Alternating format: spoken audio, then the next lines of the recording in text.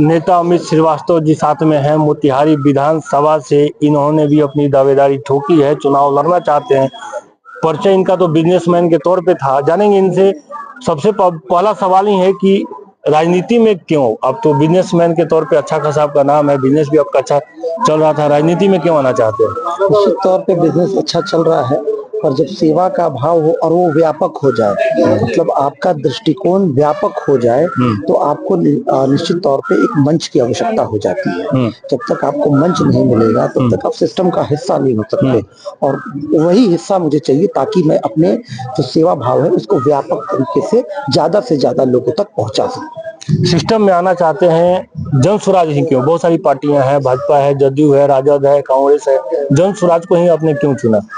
देखिए, जन स्वराज की जो भावना है, मैंने पहले भी कहा, जन स्वराज की जो भावना है कहीं ना कहीं मुझसे बहुत जुड़ी हुई है। आज पलायन का मुद्दा जन स्वराज के लिए सबसे प्रमुख मुद्दों में एक है, और मैं उसी पलायन का मारा और दंश का मारा हुआ व्यक्ति हूँ। मैं भी इसी चंपारण में पैदाइश है, यही पढ़ा लिखा, और जब शुरुआती दौर में इंसान होता है तो अपनी पूरी जीवन इसी शहर के अंदर देखता है। पर जब रोजगार की व्यवस्था नहीं थी, अच्छी शिक्षा की व्यवस्था नहीं थी, तो इसके लिए आदमी बाहर गया। जब बाहर गया तो वहां बस गया। लेकिन जब 2022 में जन स्वराज की स्थापना हुई और प्रशांत किशोर जी का विचार जब पूरे बिहार में एक किरण की तरह दिखाई देने लगा, तो मुझे भी इस बात का एहसास होने लगा कि मैं शायद अब अपने शहर लौट सकता हूँ। इसलिए मैंने इस भावना के तहत जन स्वराज से जुड़ा, और अब मैं चाहता हूँ कि इस विचार को पूरे प्रदेश के अंदर फैलाया जाए और निश्चित तौर पे यहाँ पे जन स्वराज की सरकार बनाई जाए। मोतिहारी विधानसभा से लगभग 10 से 12 कैंडिडेट हैं जो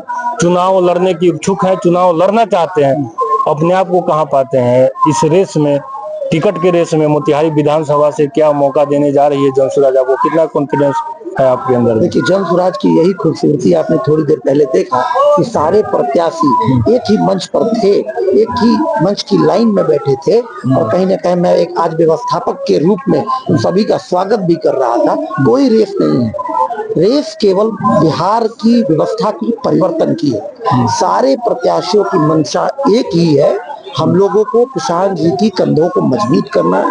जन स्वराज टिकट मुझे दे या किसी व्यक्ति को दे, वो उनका अपना एक मत हो सकता है, लेकिन जन स्वराज की भावना जब आप देखेंगे और उस नजर से मुझे कार्यकर्ता के रूप में जब देखेंगे, तो हम सभी प्रत्याशियों का मेरा मानना है कि एक ही मंशा है कि इस बार सरकार परिवर्तन हो, व्यवस्था परिवर्तन हो, और यहाँ पे एक अच्छी व्यवस्था जो सोच करके जन स्वराज चला है, रोजी रोजगार की व्यवस्था, शिक्षा की व्यवस्था, लोगों की जो पलायन का दर्द है उसको कम करने की जो संगठन की जो सोच है, इस पर जो चला है, इसको स्थापित करेंगे। मान लिया जाए आपको मोतिहारी विधानसभा से जन स्वराज मौका देती है, चुनाव आप लड़ते हैं, चुनाव जीत भी जाते हैं 2 मिनट के लिए, मान लिया जाए, मोतिहारी विधानसभा में कौन ऐसा काम होगा, कौन कौन सा ऐसा काम होगा जो आपकी प्रायोरिटी में होगा कि हाँ, ये अगर मौका मिलता है तो ये काम मैं जरूर करूंगा? सबसे पहले तो मैं कहूंगा कि सरस्वती आप पे विराजमान हो। इस वक्त जो हम आप एक दूसरे से बात कर रहे हैं, और ये जो हम लोग भविष्य की बातें कर रहे हैं, ये सच्चाई में परिवर्तन हो जाए, तो जन स्वराज की जिस दिन सरकार और यहाँ पे जन स्वराज की अगर मुझे मौका मिलता है और मैं जीत जाता हूँ, मैं आपको बताऊं, मैं व्यवसाय जगत से आता हूँ। इंडस्ट्री लगाना, इसको बढ़ाना मेरा कोर काम है, तो आप इसके लिए आश्वस्त रहे। मैंने कई बार, चाहे वो बलुआ गोलंबर हो, वहां भी मैंने लोगों से प्रतिज्ञा मुट्ठी बांध के खुद भी प्रतिज्ञा ली और उनको भी प्रतिज्ञा दिलाई। चाहे बासमन की सभा हो, चाहे पतौरा की सभा हो, तो इन सभाओं में, चाहे मचहा की सभा हो, इन सभाओं में भी मैंने लोगों से वादा किया है कि आप निश्चिंत रहिए, अगर सारी व्यवस्थाएं हम लोगों के अनुकूल हो जाती है तो दिसंबर के बाद जो समय आएगा वो पलायन के दर्द से कोई नहीं मारा जाएगा। यहीं पे व्यवस्था इंडस्ट्री लगेगी, और मेरा एक ड्रीम प्रोजेक्ट भी हम लोग डिफेंस सेक्टर में करने जा रहे हैं। ऑलरेडी बहुत सारे उसमें लीगल प्रोसेस स्टार्ट हो भी चुके हैं, कुछ कंप्लीट भी हो गए हैं। तो अगर दिसंबर के बाद, बहुत दूर नहीं है दिसंबर, तो दिसंबर के बाद अगर व्यवस्था बन जाएगी तो मैं आपको बताऊं कि डिफेंस सेक्टर की जो फैक्ट्री है, मैं चाहूंगा कि इजराइल के साथ जो हम लोग काम कर रहे हैं उसको हम लोग चंपारण में लगाए, और ड्रोन बनाने की जो व्यवस्था हम लोग स्थापित करना चाहते हैं, उससे यहीं से चंपारण से ड्रोन बन के पाकिस्तान और बाकी और विरोधियों को हम लोग मुंह तोड़ देते हैं।